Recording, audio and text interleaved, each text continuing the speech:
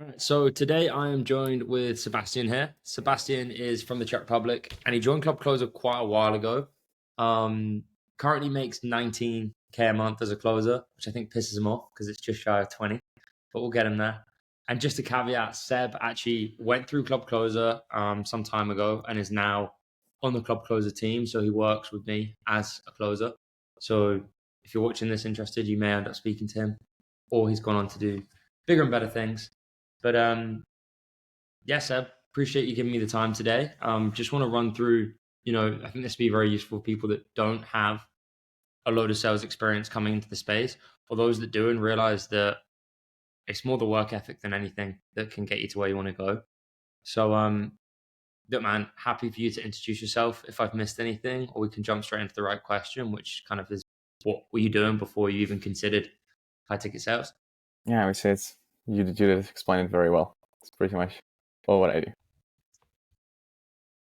So then, man, what the first question being like, what were you doing before you got into high ticket sales? What was your background? So my background, and that's what I always say to people. Like I had no experience with sales, like whatsoever. I was barely speaking English. So like I'm saying, like everybody who wants to get into this space and they either have a little bit of sales experience or they speak English, they're always going to be at a head start against the people like me. Because I was just painting houses. My parents, they wanted me to go to uni, so I went to uni, but then I dropped out 3 months in, and I always wanted to do something better. So I tried like many different businesses, like Amazon FBA. I've tried running my own agency. The agency was doing pretty good. Well, I mean, like for an Eastern European kid, I was still pulling 4K months from it. So it was good. But eventually, what I realized I didn't like to like do the delivery of the product. I didn't like to do prospecting. I didn't like neither of that. And I only wanted to master one thing. And then that's where I met you 2 years ago, when I realized like if I can master one pillar, which is sales, then it's going to help me to, do well in whatever I'm going to decide to do later in life. And So that's when I that kind decided of to. we haven't spoke about this in a long, long time between us, but what made you? Because if you're making 4K a month with the agency, that's not bad, right? It wasn't bad, but like I always wanted to get to that 10K month mark, as So everybody says. what stopped you from doing that? Like, did you feel like you were held back because you didn't have certain skill sets, or was it because a lot of people they're watching this? Like, there's so many business models out there online. Like, you can start an AI agency, you can start a content agency, you can start drop shipping, whatever. There's all these things. Yeah, So, like, what was it that made you think, all right, actually, this isn't the thing for me. I need to try something else? that's a good question. I would say like one part of it, like, was it scalable back then? Yes, I still like there are people making ton of money with agency, even yourself, right? So I know it was scalable back then, and I still think it's scalable anyway. But it's like if you want to run an agency, you need to master everything, right? Like you need to know how to get clients on calls, you need to know how to do yourself marketing, you need to know how to structure yourself the whole offer, how to do the backend delivery, which I didn't like at all. The only thing I enjoyed was like taking people's money and just closing them. Like I just like to close people, and that's what I wanted always enjoyed. And then I knew that like if I close someone, I want to give them what they deserve, right? I wanted to give them the results, but it wasn't something that I mastered. So it felt a bit shit, when people pay you, but like you're not doing the best thing for them on the back end.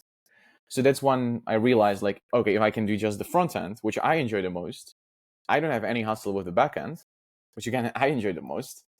Then I can work for big agencies that already are established, they deliver good results. That was like a no-brainer for me, and that's what I decided to like master sales.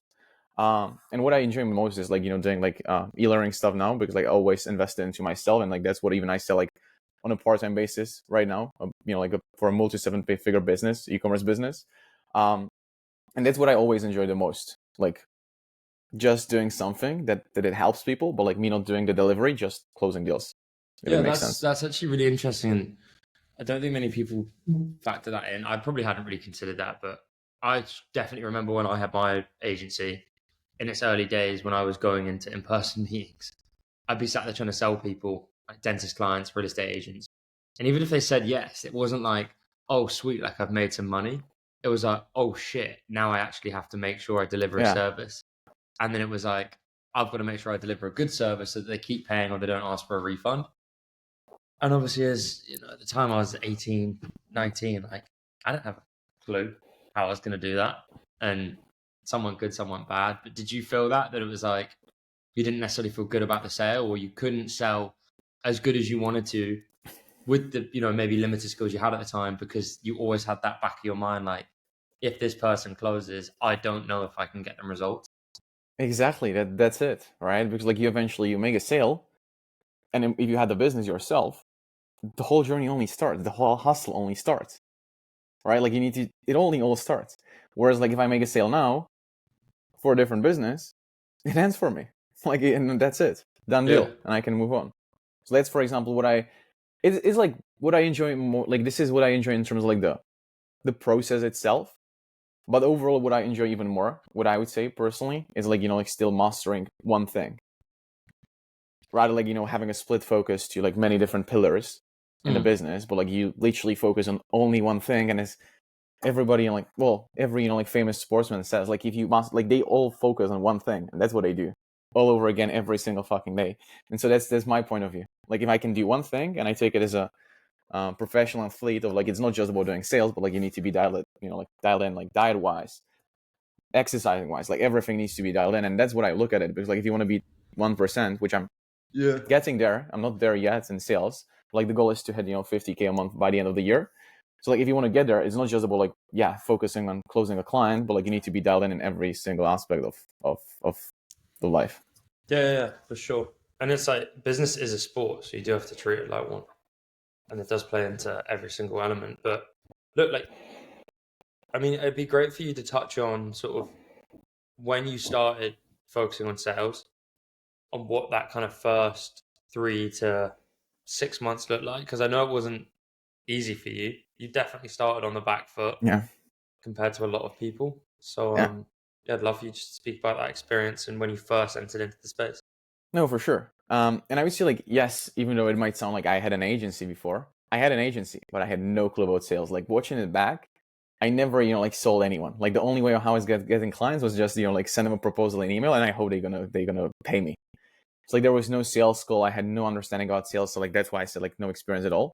And I would say like majority of people that I met in Club Closer, I was always different, because like these guys, or like majority of the guys, they already speak English, or they have a little bit of sales experience at least, which I had neither. So like for me, the first, I would say like month and a half, and it's already 2 years back. So like it's pretty hard to remember. But like it was just going for the training, just following the proven process, because like I focused on like, okay, if some, like I want to become the 10K a month closer, right? There were 10K a month closers inside. What I'm going to do, I'm going to focus every single step they did, and eventually I'm going to get to the goal. So like for me, it started with doing role plays and putting it all in practice. I was doing like 30, 40 role plays a month. I wanted to squeeze the most out of it to build myself the confidence. I've tried setting role for 2 days. And again, majority of people would say, like, you don't have any experience going a setting role, but I didn't like that at all. Like I did setting cold calling for 2 days, and then I just said, like, I'm not going to do it at all. And I focused on getting a high ticket, like a closing role. I would say 4.5 months in, actually, before I hit my first proper month with money wise, I had to jump out of my agency, because I didn't want it to have a split focus. So I decided to, like, 2.5 months in, I decided to go all in into high ticket sales. I left my agency, I left all my clients, and I ended up, like, eventually selling all my stock to pay for rent. And then I was 3 months in, and I had 40 cents in my bank account. I believe it was 7th of October, 2023. And I ended up literally having 40 cents. I have a video on Snapchat that I posted in Club Closer back then. Usually, that was the rock bottom that I hit.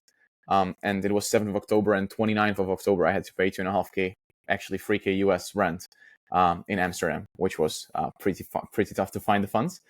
And that was the point when I realized, okay, like right now I have like 25 days, 23 days to make it work and really squeeze the most money out of it. Because like if I'm gonna go and find myself a part-time job in McDonald's, it's still not gonna make me 2.5K to pay the rent. Like it's not gonna save me. So like at that point, I was like, okay, I've been following the process for the past 3 months. I'm still gonna stick to it, and it's gonna land. And that's why that same month I made over 4.5K, which was, I guess, it was the biggest month that I've done before. And then the month after I did 13K, and then from there I was doing like 8 to 9K a month consistently for 10 months in a row, sharpening the skill, trying to stabilize myself financially to not be in a 40 cents anymore. And then eventually I wanted to grow again. So I started like switching companies, investing in myself like even more to really grow. And that's where I like landed the multi 7-figure offer that I started working with. And yeah, then from there, I'm making 19K a month here. Yeah, it's been quite the journey for sure. Um, I would say it was a bit longer than I would like to, and it's still a bit longer than I would like to, but this is just part of the game, right? yeah, of course. But I'm sure if you told yourself a year and a half, 2 years ago that you'd be consistently making 20 grand a month, that seemed like quite a stretch. So I don't think you should underplay it. Like it's wild to think that in the online space you can literally, and the expectation is like you said it yourself. You want to make 50K by the end of the year, a month, Mm-hmm. right? Yeah. Where else in the world? What other industry can you go and make like you're doubling your income within Yeah. 5 months' time is the goal, right? And And not you've done just that 2K income. before.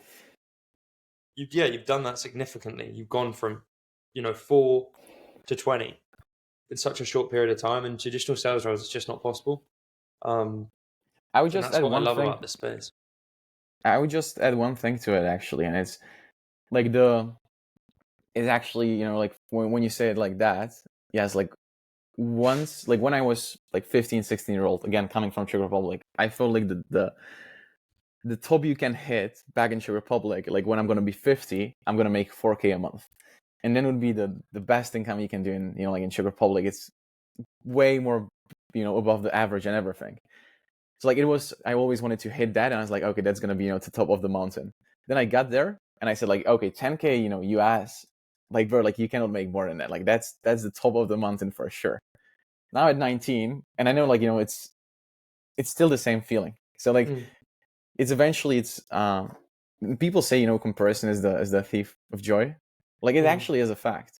yeah, It's like yes, obviously you make 19K a month, and people would say that yeah, well, there are some sales reps 10 years in and they make 3K a month.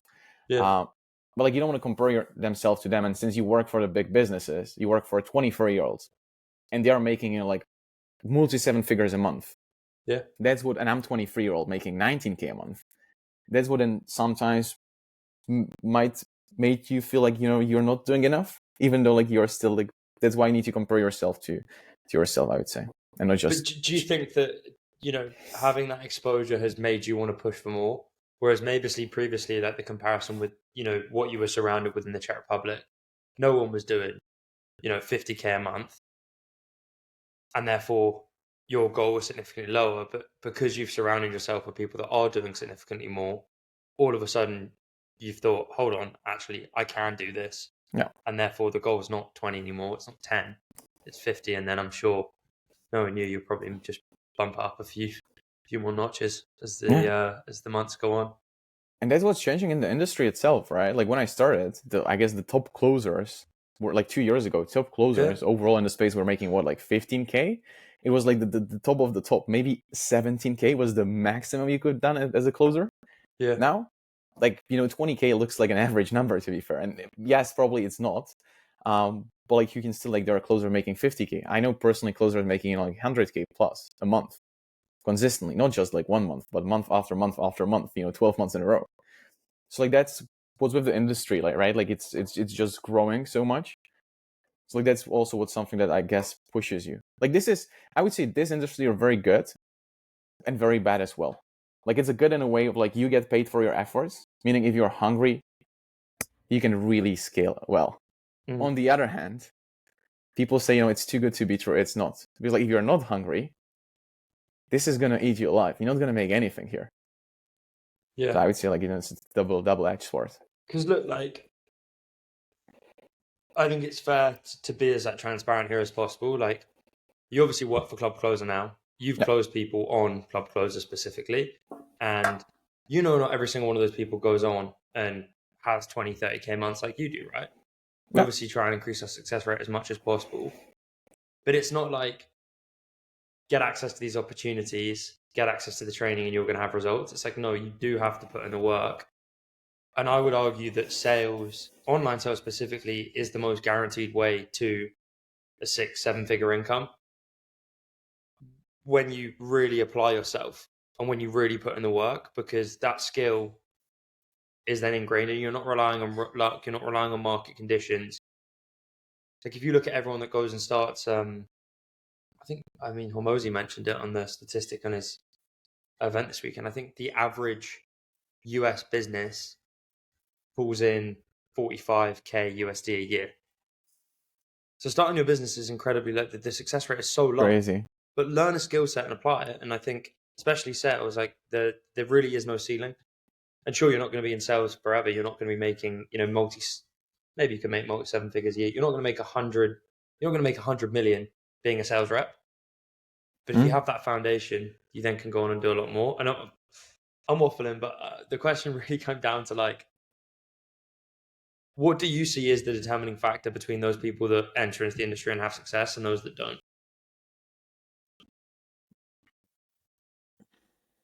Because you've spoken, been surrounded by a lot of them now. I would say the bar is low. Like bar is low in this industry. I would say like, and that's I would say like it's the hungriness, effort, dedication, maybe like being relentless. It's like people say they want something, but they don't actually do what they like everything for it. Like it's one thing to want something, and the other thing is to actually do whatever it takes to get it. And I would say that's the determinating factor, because like even like me, right? Like I started, and there were like we started at the same time, but there was so many other guys already speaking English, and I had to learn sales and English at the same time. Yeah. And right now they're back, like to their old jobs. Some of them are making more than me. But like eventually, I was still able, to get in, and because I always wanted to put in the work. That was, for example, differentiating factor for me. Like, I couldn't like leverage my sales experience. I had none. I couldn't leverage my English because I have a shit Eastern European accent, right? So the only thing I could do is like show that I gonna work harder and more than anyone else. And then I would say like that's something that works for whoever is gonna get to this industry, to just like on any other like sales role. It's just like if you show in the first couple of weeks like you can work harder than everybody else and be sharper than everybody else, it's gonna build your name for yourself. And then you can capitalize on it, at least from my point of view. I'm not sure if I answered your question, but like... No, you did. You made me think of something. You mentioned on a call, one-on-one call me and you were having a few weeks back. Might have actually been this week or last week.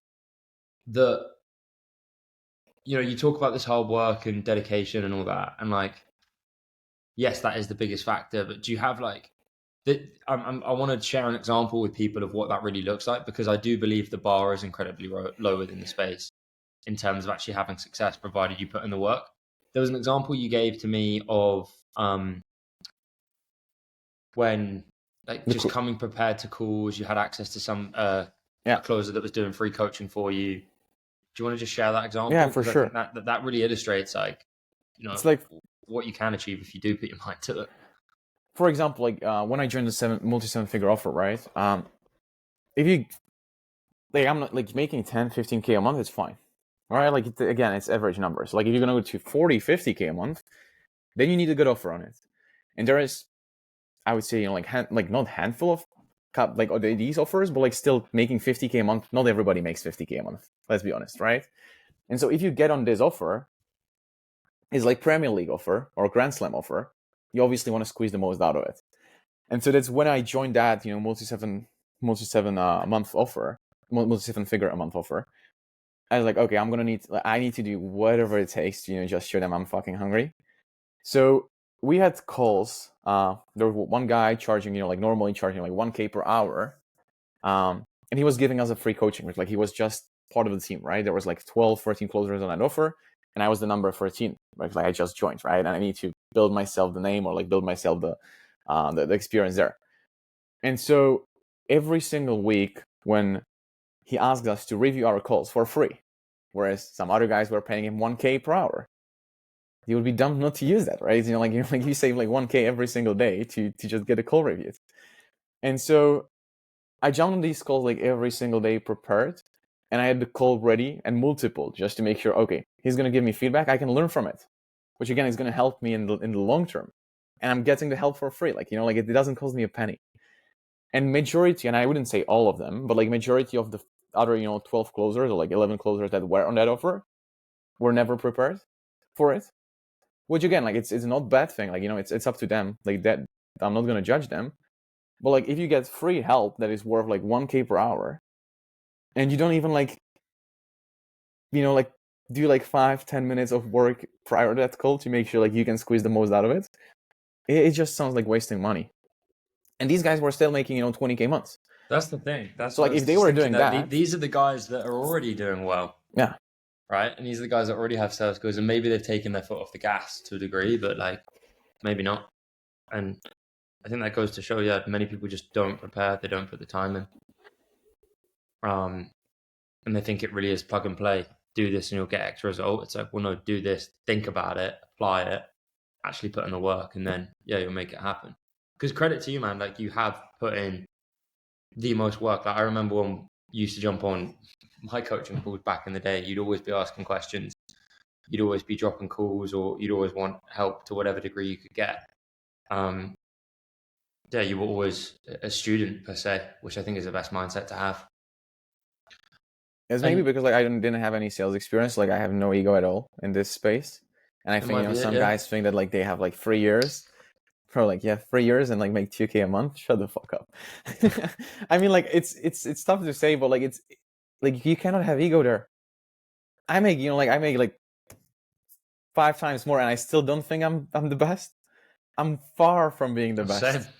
There is so much more to improve, and so like that was always my mindset of like, why not just like even like if there is somebody new, somebody who just joined with 0 sales experience, and we're gonna do a role play together, and he's gonna give me feedback. I'm gonna take the feedback. I want to see his point of view and why it came across to a certain way, because then I can learn from it. So whether you have 15 years of experience or 0, whether you're making only 100K a month or you make like 1K a month, I'm still open to your feedback. It would be dumb not to. Yeah. And look, one of the final questions, man, I really want to ask, because I get asked it on an almost daily basis, and I think you probably do too, is how did you get your first role, considering you had no sales experience? You've got no sales experience. How do you even land a high-ticket sales role in the first place? Yeah, that's a good one. Well, back then, it was based on the network, first of all, just based on the network.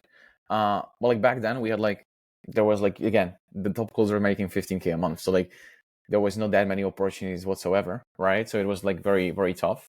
But like one thing that like made me realize is like in this space, the network is the most important thing, right? Like you can find yourself, like again, you can find yourself like some random offers, make 1K a month, 2K a month, somewhere out there, whatever, how many months it's going to take you, but eventually 1 year from now, you can still make 2K a month online on your own. I'm not going to bullshit you, right? Like if you want to get to that Grand Slam offer or the Premier League offer, you're not going to find it anywhere. Like it's, these guys are just based on the network. And even if it's based on the network, they still do their due diligence to only work with the best network they know, right? So for example, for me, and the first offer I just referred from someone from Club Closer, but it wasn't a big offer. I was making like 4 or 5K a month. But like if you really want to get, and that's where I see the most like difference right now, is like if you want to get on the good offers, it only is just like based on the people you know. And so for example, what I did, and I think that I still capitalize on it up until this point, I was just like the past year, like maybe before, I was just applying on every single offer I saw from within the network, like within the community, like within Club Closer or like with other closers from Club Closer that hit me up. And I always applied for every single offer I saw. Like it doesn't cost me anything. It takes me like 30 seconds to apply. But you never know what's going to happen, right? And so that's, for example, how I got the Grand Slam offer. I wasn't looking for it. I already forgot I applied for it, but I applied somewhere like 6 months, somewhere on some link from Club Closer. I've never, like even follow up with them whatsoever. And then 6 months later, one of the managers that I knew personally that they work on that offer and they managing the offer, he hit me up. And I was like, to be fair, like I would say like I would lie, but I would say like I was like when I got hit up, and it was at the point where I was like, trying to find a good offer for a while and I couldn't find it. And like when they hit me up and I was like, okay, this is a fucking life-changing offer. And that's where they just hit me up because like I applied once somewhere within the network. which is something that builds you. And that's what I always say to all the other guys that I know in Club Closer. One of like my friends, even like Philip, which you already know, Marcus. Like always say, bro, like just apply on everything you see, because like you don't know when it's gonna come. But like if you apply that one time, they're just gonna like you're gonna get yourself in a very, very good offer, and it's gonna change your life. So like, yeah, making 4K a month in this space isn't that hard. But like if you want to go to good offers, just need to really, spread your network. No, that's good advice. And the final question for you, man, is like, what is your kind of ultimate advice to anyone that is considering getting into the space? And you can speak from the perspective of someone like you that, comes from Eastern Europe, doesn't speak great English to start out, or you can speak from the experience of like, someone that has been in sales for 3 years, because you've seen and you've worked with both sides of the spectrum now. Okay. Yeah. I would say, well, the advice. I'm giving you permission to share your full Eastern European opinion, Seb. And that's exactly what I'm going to do. No, I would say, first of all, like I would say, like if I say it in a nice way, don't be comfortable. Like when I say, like, how I actually see it is like, look into the mirror, like be honest to yourself. Why? Because like and again, I'm speaking based on like when a majority of people that I'm seeing, like the guys that we are speaking to, like overall, the guys that like I know from Club Closer, they already have either some 9 to 5 gig, or even if it's a sales gig, they have a little bit of experience. If they don't, it's fine. I didn't have neither. But like all of them at least have English, which I never had. So it's just like, look into the mirror and like don't be a bitch. Because like your life is not good. It's not giving you what you want. That's the whole reason why you want to change boats. But like you just like saying, oh yeah, it wouldn't work for me, or like it worked for somebody else because like he's better than me, he has a better skill set, or what it is. I had neither of that, and I still made it work. So unless you're broke Eastern European kid with zero English and no sales experience at all, you're always gonna have a better stun than I ever had. It's like if you have it, just don't be a bitch and pull the trigger. I knew that was what you're gonna say. Seb, I appreciate the time. Yeah, you're a testament to yourself, your hard work, and I'm glad that you put your trust in Club Closer to help you get out of the gates in the space. I'm excited to see what you go on and do next. But hopefully you hang around and keep working for me, man, because you're quite good at what you do these days. And I would add one more thing to it. Because like, yeah, I do appreciate like Club Closer, they changed my life, and now because like you mentioned, I worked for you. People can say, yeah, like, but he works for you. Obviously, he wouldn't say anything. I have the same video a year and a half ago, where it's my unfiltered, which again, it's unfiltered now anyway. Well, like that's my point of view, where I was just a random student in Club Closer, not working with Marcus on his side, and I still have the same point of view there.